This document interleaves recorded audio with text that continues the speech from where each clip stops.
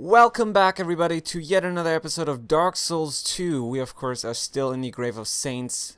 About to leave it, though, and we can do that by dropping down here. So why don't we start things off immediately, pick up another lockstone, and then hop down here. We're about to enter the very next area, and that is quite the area. Let me tell you already that we're in for a lot of fun is probably how you would best describe that, because what's coming up is probably one of the more infamous areas of Dark Souls 2, and if you've played the game, you probably know what's about to go down here. So picked up some bleed stone. That is not quite the bolt stone that I'd like to have, but I'll take it anyway. I actually did look a little bit more into the whole bolt stone business, where to get them, how to get them, and stuff like that. And we're gonna play a little bit around with that in like future episodes, maybe even at the end of this one. I couldn't quite tell you. Wanted to go back here though to show you that you can very much use the pit, like that is the Majula pit right here, to get here immediately. So you can effectively skip the Grave of Saints. I'm not saying that I recommend it, but it's possible at the very least, and you will then end up right here. Alright, but now before we drop down there into the water, we're going to open up the chest. Should not be a mimic, so let's risk it right here. Not even hit the damn thing. And then prepare a little bit. Ash Knuckle Ring is, I believe, against petrification or something like that. But, I mean, we could certainly equip it, and it probably would help us out. But right now, I have very much other things to worry about, because dropping down here is quite the thing. It really, really is. And I do not even have the item set I'd like to have at this stage, because once again we're going to be dealing with the infamous I fall over, explode, and end your life zombies. And there's different methods to disposing of them. My favorite of which would be using alluring skulls, and unfortunately I don't think that that's gonna happen. So instead what we're gonna have to do here is very much pay attention to where they're coming from and immediately dispose of them, so that they so that they don't even get a chance to fall over and explode. There we go. That was really good then. I'm really happy that it worked out like that. Usually it doesn't. So, nothing I can say against how that just went. Big fan of it. But yeah, as I was trying to say, usually I would probably throw some alluring skulls down, have them run over to wherever I chucked them, and only then deal with them. Also, I believe lightning spears are pretty good against them too. So, whichever method you prefer, I guess. But we're getting closer. Closer and closer to the next area. Very much one of the more confusing areas of Dark Souls 2. Not like from a lore perspective or anything, just level design and the way it's set up. It can be very much confusing. So I'm probably not going to give you the best rundown of that area, I would imagine, but I do know how to get through it, and we'll certainly make that happen in this episode, because everything else would be kind of ridiculous. Right, one more ladder, I believe. Already getting a feel for what we're going to have to be dealing with. A lot of like wooden structures, and there should not be a mimic in here. Alright. And also you might be noticing that it's getting a little bit darker, because darkness is certainly also very much a theme in the upcoming area. We should be entering it right now. And yeah, here we go. The gutter. The gutter, you could almost kind of describe it as some kind of mixture between maybe, yeah, I mean certainly Tomb of the Giants, just because it's really dark. It's not as dark, but still pretty dark. And also, I guess to some extent, like a Blight Town or Valley of Defilement from Demon Souls. So, yeah, those are fun areas, right? Nah. But okay, So you are gonna be surprised in a second here, because this falls down. I almost fell into the pit, and there will luckily be a bonfire right at the bottom though, so it's just there to scare you. Nothing to worry about too much though, at least not yet. And what I like to do right here is also light my torch for this area. Probably one of the only areas where I'd actually go ahead and recommend that. Another aspect to why I'm now carrying this torch though is that I'm recording a YouTube video, and YouTube tends to make things a little bit darker, so just so that you can see what I'm actually doing right here, I felt like lighting the torch. I'm really confused by that wall texture right there. Like, what is that supposed to be? That looks very, very strange. I don't think I've ever seen that. But alright, let's get started with the gutter. It's pretty complex. There's a lot of things to mess up and fall into, and forks in the road that might take you on a like 10-minute journey and stuff like that. Such a 10-minute journey we're probably gonna go on, just because then we're gonna pick up some additional things in the gutter. But at the same time, certainly would like to get out of here as fast as possible. So it's gonna be a mixture of that. Me trying to escape it and trying to explore it. And hopefully that's fine for everybody. So also a thing that they introduced, and you already probably saw that in the beginning, is these statues that spit poison at you. The ones that I destroyed so many of. That's going to be a theme for not only the gutter, but also the area afterwards. And I guess also the area afterwards is kind of where they're supposed to be coming from. So this is basically already hinting at the next area and what it's going to be all about. Okay, just some standard zombies, I guess. For the most part, you're going to be fighting these in the gutter. And then there's also those big meaty dogs that you might have seen, or that you just have seen, period. And then there's also a little bit of extra surprises thrown into the whole mix for good measure, and we'll certainly explore that as well.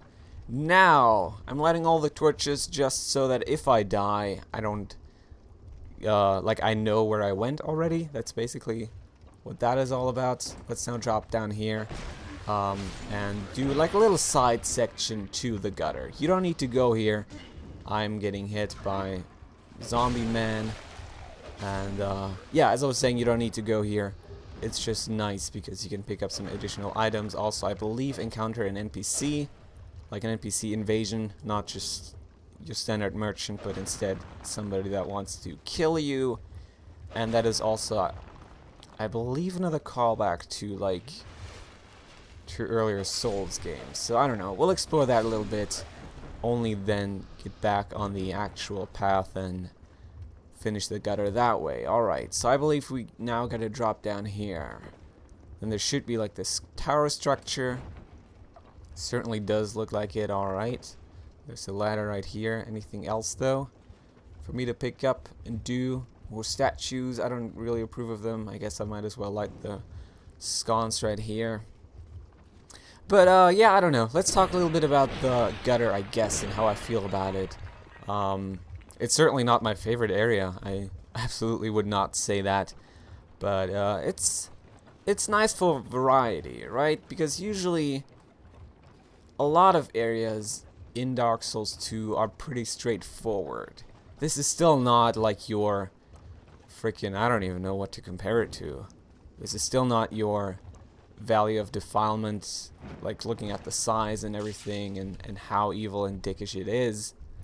But I very much enjoy the fact that in this one you have to pay a lot of attention to where you're going and really have to think about, how am I going to get to the fog wall that I can see somewhere in the distance? How's that supposed to happen? And yeah, I mean, that is a cool, neat little thing that previous Souls games have done a lot more of, but it's nice to see that kind of same level design repeated here in Dark Souls 2. Alright, so we're fighting Melinda the Butcher. So this should very much remind you of a NPC encounter in, for example, Blighttown.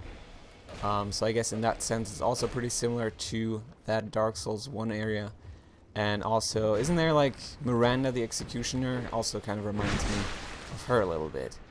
So let's kill her rather quickly. It's much easier here than it is in New Game Plus. I just very recently fought her in New Game Plus, and that was one heck of a time. Much easier this time around though, so that is really good, and just goes to show that there's a crazy difficulty spike moving on from your standard New Game to New Game Plus. And that's also certainly something I don't think I've talked about yet, but let's just do it right here, right now, since we have to go through what is basically going to be the same area a second time. I don't want to rest at it now that I'm thinking about it. But yeah, anyway, I was going to talk a little bit about New Game Plus and how I feel about New Game Plus, because in this game, in my opinion, it's done a lot better. In Dark Souls 1, New Game Plus was not necessarily something you had to do, something that you'd absolutely recommend to anybody. I'm very lucky that I didn't get hit there. Because in the end it didn't add all that much. It was nice for you to check out and get some extra game time out of Dark Souls, but I wouldn't say that it did enough to warrant a second playthrough necessarily. Usually, I guess, in the case of Dark Souls 1, I would have much rather recommended just creating a new character and playing the game that way, because that changes up more than just going into New Game Plus. And in Dark Souls 2, that's very different, because there's so many little things that they added to the game. There's like new enemies that you're gonna have to fight, different like boss fight scenarios. They mix them up a little bit as well, not every single one, but there will be some nice surprises for you right there. And then of course, I was already talking about it last time, there's some additional lore that you can find just because you can pick up new souls. So for example, the old witch soul, old king soul, stuff like that. Already talked about it last time though, so you probably know what I'm talking about. Right. So basically what we're doing right now is I hop down onto that bridge section a little bit earlier, and that is the way you want to be going. So there's like two bridges connected to that whole structure right in front of me right there, that I'm pointing my camera at right now, and the upper one takes you to that side area where we just fought the NPC. The lower one that you have to drop down onto very much takes you where you actually want to be going. So that is basically how to know what the right path is, because I mean the first few times through you are going to be confused as all hell by this area. It's not an easy area to navigate, not by any stretch, but once you've dealt with it like a few times, which is totally what I have, it should be very easy for you to do. Right. Because I mean, in the end, it's not like they have like crazy ridiculous encounters here. Difficulty very much is navigating the area, not like getting through it and fighting crazy monsters and stuff like that. So is that a exploded guy? I don't think so. No, alright. He might be though. Can't quite tell you. Of course the problem with those guys is that they look very similar to the standard hollows, so sometimes when they're like far away like that, you can't quite tell what they're going to be doing. But I guess he just dropped down and took care of himself, right? He's right down there. I can't even tell you whether that's one of those guys or not. I don't remember there being a second one though, so I'm just gonna go out and say nope, not one of those. I trip and die and make you die, guys. Alright, but as you can see, there's a fog wall there. That is not gonna be the fog or like boss fog wall just yet. As a matter of fact, there isn't one in the gutter. No boss for you to find here.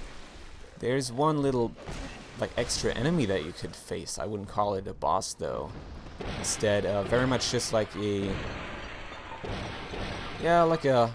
area in between, and then very much leading to yet another one of those end of the path. Here's a great soul for you to embrace areas, and that's probably what we're going to be doing.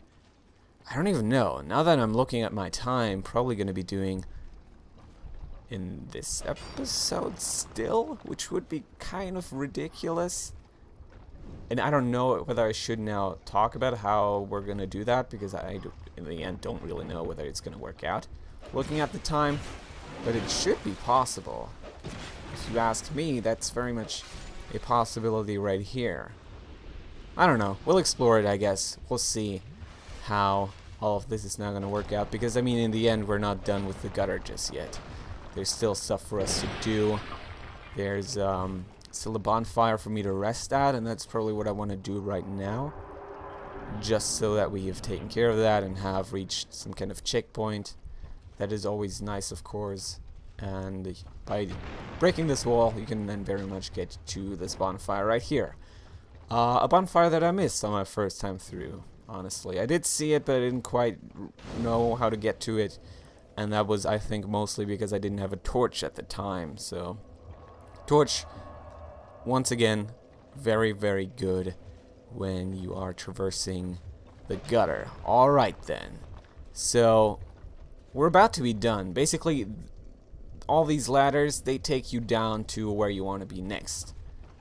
Just looking at straight up progress. That is how you get to the next area. But, of course, there's something special that we would like to take care of right now. I did kill my torch though. Yeah, I might want that back. Yeah, let's just go back to the bonfire and then light it that way. It's just that I would imagine for you guys it's probably pretty hard to see what's happening on screen right now. And another very just evil thing that they did in this area, I don't know if they did that on purpose, but with all the holes in the ground, or on these planks much rather, the items that the enemies drop can fall down. They can slip through the cracks and then fall into some kind of abyss, which is kind of mean, honestly. If you want to be farming here, I don't know if there's like any point to farming in this area, but let's just say if there was, it certainly would be pretty freaking aggravating, because most of the time shit just falls down and gets deleted essentially from the game. So I don't know how to feel about that. Maybe it was just something they didn't really think about. Maybe it's something they did intentionally. Couldn't really tell you. I mean, then again, it's FromSoft and they do a lot of things intentionally, so maybe that's just another way of pissing the player off a little bit. Right, but here we have a unique enemy of Dark Souls 2. I have no idea why this is here. I don't know if there's any significance connected to it. It's some kind of weird, gassy spider creature. I don't know, it's not really a spider. But you can just kill it, it vanishes, it drops something, and that's it. Like, I don't know if there's supposed to be anything else connected to all of that. I don't know what the significance of that is. But it's unique. There's just one of those in the game. And yeah. I also don't know what the fog does that it sends out, because I've never actually been like affected by any stat changer, status effect, I guess is what you call that. Right, and I always forget what ladder you want to go down. Oh, god damn it. Yeah, those statues, my friends, those statues, really annoying. But okay, right, as I was saying, this is where you want to be going next. I don't know what's over in that urn kind of thing, because in the end, I never really bother with it. Most of the time, I just try to get to the bottom of it and get to the next area, and I think that's also what I'm going to be doing right here. So there should be a ladder right now. Gonna also take us down to the very bottom. Alright then. So, certainly down here you want to be careful. This can very much surprise you, because these guys are not your standard hollows. At least, yeah, I mean, in the end they're your standard hollows, but they wield very special weapons, because they're very much dark weapons that take off so much health. Like, you would not believe how much freaking health that took off. Hopefully I can avoid being hit by that. Hopefully I can also avoid repeatedly climbing up that ladder. But those guys take off a lot of health. Okay then. Few additional items. Dark fog. I don't even know what that is about. Probably like one of those hexes or whatever. Let's maybe check it out real quick. Certainly sounds like one. Yeah, dark fog right here. A hex that releases a temporary localized mist. Oh, that is pretty cool, I guess. And I've never used hexes. I don't know if any of you has ever used hexes, because I don't know. I still haven't quite figured out what the big deal is. I mean, I know that in Dark Souls 1, those darker sorceries were very, very powerful, and they probably just wanted to make it a little bit less accessible by making them like rely on int and faith in this one. Is that all I'm supposed to take away from that? I don't know. I've never really bothered with the hexed, but I should also point out that these things contain like corrosive fluids that very much break your armor and stuff like that, so destroy them using throwing knives or iron bolts, or of course also heavy iron arrow. No, wait. Yeah, iron arrows, heavy bolts. There we go. That's totally what I meant to say, because those can destroy that. Your standard arrows won't cut it. Alright. But now, visual clue right there. Already kind of teasing what the next area is going to look like. And we're going to enter it immediately and enter the last part of this whole path. It's a pretty short one. Probably the shortest one if I were to compare it all. Then again, it probably also kind of depends on how you just do in those areas, how well you get through it, how often you die. But didn't that seem like it was a lot quicker than the other paths? It certainly does to me. And now we're gonna have to do something that very much annoys me. Probably no other way of describing that. It's just really annoying, I guess. It's kind of weird that they decided to go with something like this, because now there's gonna be like 100 fucking of these. Like, there's probably even more than 100 coming up right here. And the best way of course, getting through it would be destroying all of these things, just so that you do not get poisoned. 2 hits are probably gonna do already. That was 1. See, it almost already poisoned me. And for the entirety of this now, we will be destroying these guys. It's not necessarily the only way of getting through the area. You don't have to 100% do it this way. You could also very much run and get to the next bonfire that way. It's once again a very short area, and I did get poisoned there. So let's use a life gem rather soon and hopefully not die to the due to the poisoning. But yeah, once again a rather short area, and you can very much get through it just by dashing, like just by running through the entirety of it. But is that something I'd recommend? I don't know, probably not, if I'm being honest. I mean, it works. There's just a bunch of traps in there, and instead of dying to those traps like 2 or 3 times, I feel like yeah, taking the slow approach right here works out a little better. These pits right here, there's also enemies contained within, so be careful about that. But you can light them, and that of course is pretty awesome. Now he did grab me, and that's probably gonna kill me too, which sucks a great deal. I've never really used the torch in this area. Usually the best way of approaching these guys, at least in my opinion, is by kind of luring them out, really just approaching every single one of those pits individually and then rolling back so that they do not grab you if there's one inside. And that's probably what I'm going to be doing right now. So we'll find something out now though.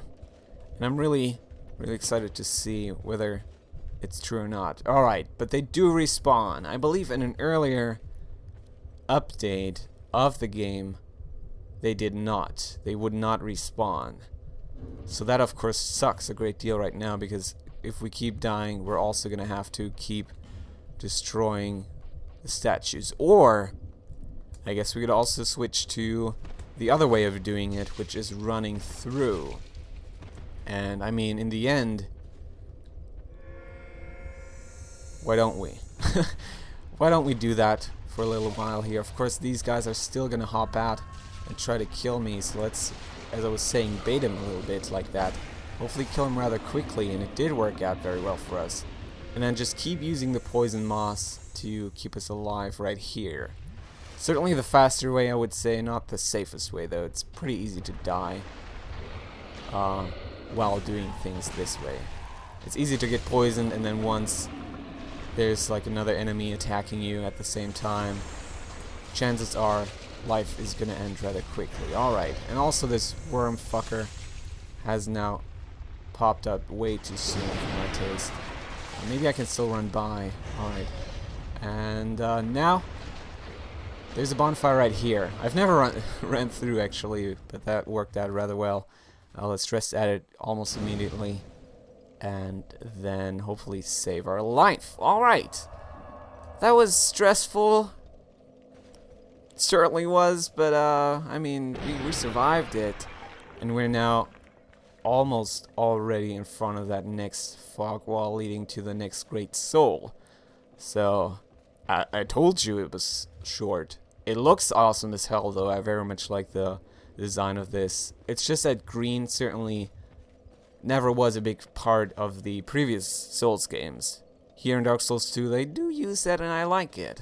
Like me being really interested in art and doing some art myself, I very much like that they decided to use some other colors, and green was one that certainly lacked in Dark Souls and Demon Souls, I would say. But alright, now what do we have here? I probably should be using a human effigy just to reverse hollowing real quick, and to basically get maximum health again, now after resting this bonfire at the very least. And once we hop down here, we will have to do a few things before we can enter that boss room. You can also summon Lucatiel for this boss fight. What you have to do for that to work out though, so for her summon sign to show up in that bonfire room, you have to drop down to a little ledge at the beginning of the Black Gulch. So at the very right there will be a spot for you to drop down onto some kind of ledge. You can then talk to Lucatiel, and she will then be, yeah, a summon in that room, as I was saying. Alright, what is still shooting at me? Pay attention to all these guys on the ground, because they suck. They suck big time, and luckily I realized that that was still there, because those guys are, I mean, they're the most difficult to destroy and also the most difficult to see, and that really just is not necessarily all that nice, now is it? And the reason why I'm doing this right now is because this guy I want to summon, the Lone Hunter Schmidt, and I mean, he's not the most useful NPC, not by any stretch. He's probably one of the worst, if anything. But let's get some more use out of him just by having him survive this little final section before the fog wall. Alright. So yeah, as I was saying, Lucatiel can very much be summoned right here. She will then pop up in that bonfire room. What you have to do in order to make that show up though, drop down onto some ledge at the beginning. I don't feel like messing around with it right now though. It's just that, I mean, Lucatiel is not going to be a quest that we can complete in this playthrough. Not anymore. I guess we could theoretically do that by using some bonfire aesthetics and making stuff respawn that way. Are you really? Come on. Get your priorities straightened out, because we're now going to be fighting this upcoming boss right here, so you better not dick around with the monsters that you're not hitting anyway. But okay. Now this should be interesting then. We're going to enter the mist and just see how this goes. Of course, as I was already teasing for the entirety of this episode, another great soul.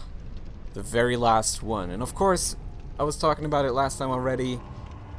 Every single one of these is connected to one of the Lord Souls from Dark Souls 1. And since we have covered the Witch of Izalith, Gwyn, and also Seath, here you got Nito's, I don't know, reincarnation or whatever you want to call it, I guess. At least what he's influencing now. And I guess also aesthetically he has certainly similarities to Nito. The Rotten does. That's the name of this guy, and that's who we're going to be fighting right now. So let's see how that works out for us. It's not the easiest fight in my opinion. It's also not the worst one though. And usually you can avoid being hit like that. Most of the time, at the very least, you can do that.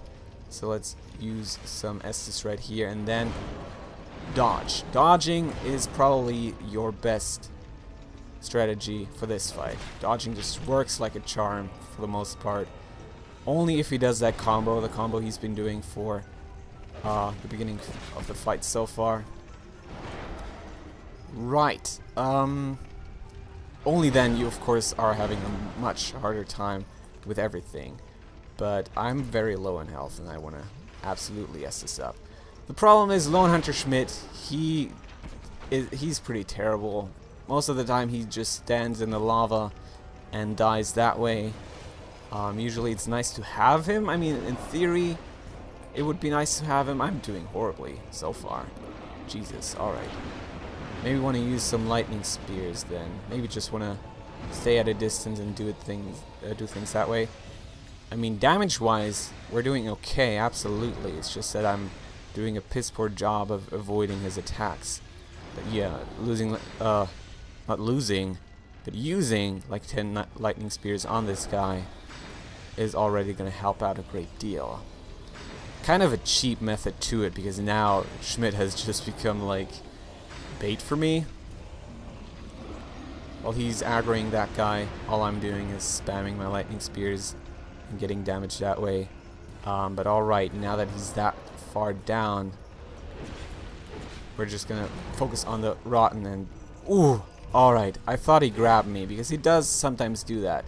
He does sometimes grab you, which sucks so much. Do not roll into the lava, that is probably the worst thing to roll into. And that is his strongest attack, I believe. Alright, so as you can see right now, for whatever reason, I'm doing a really poor job when it comes to, god damn it, avoiding his attacks. And then as soon as I was healing up using that Estus, he used his strongest. That was like seriously now the strongest attack that he does, because that is just, I shoot dark magic from one side of the room to the other. If you stand anywhere in this area of effect, you're gonna die. That's what happened. And we'll now try that whole thing again. God, alright. Anyway, certainly not the worst thing to do, dying against the Rotten.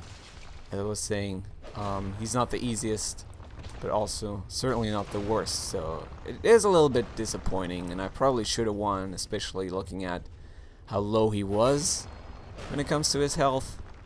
But hey, can't always be successful, right? And I believe this time around what we also want to do in order to prepare ourselves a little bit better for that fight is once again use some gold pine resin. This now should basically take care of that already. Much faster than last time. So let's use another one of those human effigies. Is there anything that I do not need? Silver cat ring I don't need, so instead I'm probably going to be using the ring of soul protection, just because that if I die again, excuse me, I don't have to like lose all my souls in that room. Now I of course very similar to some rings in... is it really putting me overweight though? That sucks. Really? By so little? Well, we don't need the bow anyway. Hunter Schmidt has a bow already. Not like it's helping us a great deal, but I mean, also our own bow wasn't really helping in that fight. Right, but now, being in here again, first thing on our agenda is picking up Bloodstain and only then doing some actual fighting. So I think we're gonna now start off by throwing lightning spears. Just because Schmidt is still around, he's still distracting the Rotten, we can very much use that and get some nice easy damage in. 4 more lightning spears. Also, I guess using some like wilted dusk herb and stuff like that would be really nice right now. But Schmidt is already dead, and now we're probably gonna have to focus on melee anyway. We're not really gonna be able to use a lot of... God damn it. Alright, you motherfucker. I don't know what's up with today's fight with the two of us, but I'm for whatever reason having the hardest time dodging your ass, so this should be very interesting. Oh my god, alright. What a shit show. Just heal up a little bit. I hope he is not gonna do his stupid ass dark attack. I mean, he has this whole like explosion attack, and then he also has the more linear one that just shoots out. And I mean, I very much dislike both of them. I much yeah, I would probably prefer the explosion one, just because that feels like it's easier to dodge. What the fuck was up with that though just now? That probably is once again gonna kill me if I were to take a guess. Oh, it won't. That is so good then. Let's get the fuck out of here and heal up real quick. Do not use it. Okay. Good job. Good boy. So you still hit me, and I'm still about to die right here, and I'm still doing a terrible job when it comes to this fight. Oh no! Oh, I don't know how I managed to dodge that. I don't know if maybe his range wasn't as far as I was expecting, but Jesus. That whole grabbing thing was fucking bullshit though. Like, that was all messed up. You even saw me still standing there, and only then I somehow got teleported into his hand, which sucks. And don't fucking now end this unnecessarily. I want to kill you. You probably already figured that out, but still. It's happening. My friend, I guess? I don't even know. It's happening. I mean, he's not the worst one, right? Like, with fucking, I don't know who, I enter the boss room and I'm like, wow, I very much want to end your life. I don't think that you are the nicest person around. World probably could do without you. But this guy, I mean, he seems friendly, right? Strangely enough, he seems friendly, the way he's like setting up all these little statues in the intro cutscene and stuff like that. Not like actual intro to the game, but intro to the boss fight cutscene. He's setting up all these statues, he's failing at it, he's getting angry because he fails at it. And that kind of makes him seem more friendly than you'd initially think, right? So I don't know how to feel about that guy. I'm very happy that we killed him though, because that was fucked up right there. And certainly, I mean, granted, it was not only the game being a dick for a second or two, but also me just doing a poor job. There's no question about it. But alright. So we've basically now taken care of the early game of Dark Souls 2. There's still a little bit that you could do at this stage, and there's probably still something that I'm going to do before ending the episode and then moving on to the mid-game properly next time. So let's rest at the bonfire right here and then return to Majula. Because what I want to do now, I mean, I still feel like we need to talk a little bit more about the Rotten, because that was rather strange the way I dealt with that, because I didn't talk about him at all, I feel. I just got killed a bunch of times, got hit a bunch of times, cursed a bit, and then eventually succeeded. But the Rotten, not my favorite boss fights. He's another one of those strafe around him, I guess to a lesser extent, but not the most creative boss design in the game. And I guess out of all of the 4 of them, I don't know if I should say that he's my least favorite. But I mean, just the fact that I'm debating that already goes to show that he's probably not my my favorite either. So anyway, Now, let's travel to a place we've not been to in a good while. And by good while, I mean like 2 or 3 episodes. Because we're now gonna go to the Shaded Ruins yet again. Because right here, there's 2 things that I'd like to do and show to you guys. Number 1, we're gonna go to Tark again, Man Scorpion Tark, and talk to him because he should once again give us some info on his backstory.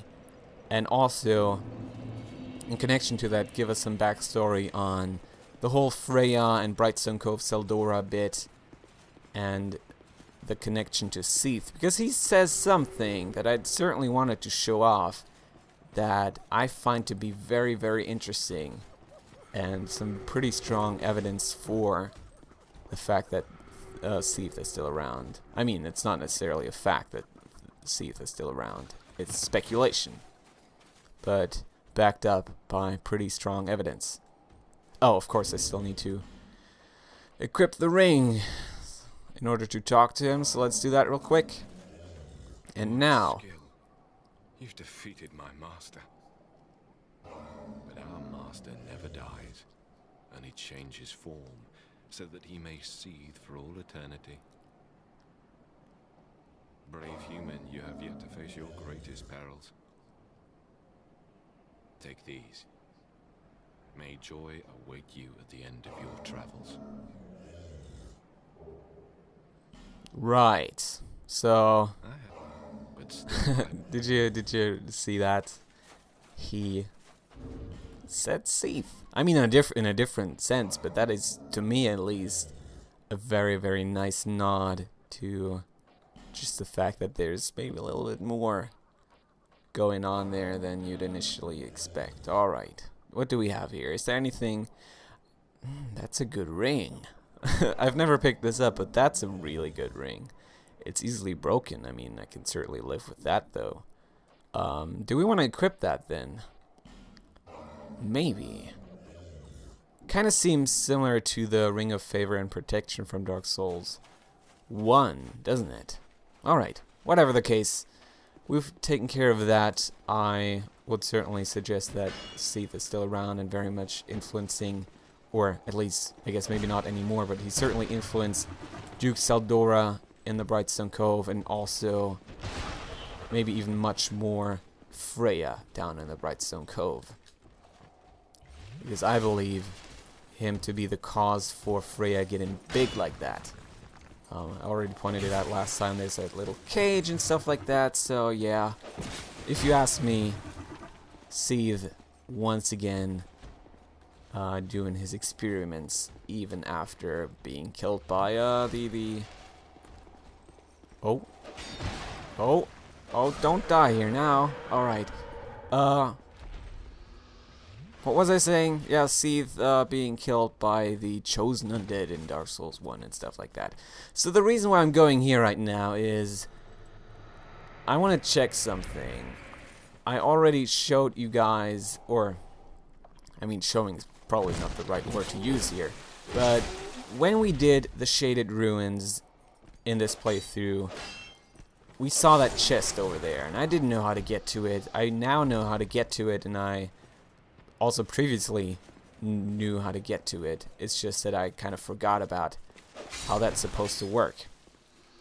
But anyway, still wanted to come here just to check that out, and also because I did read that these guys are likely to drop some boltstone for you.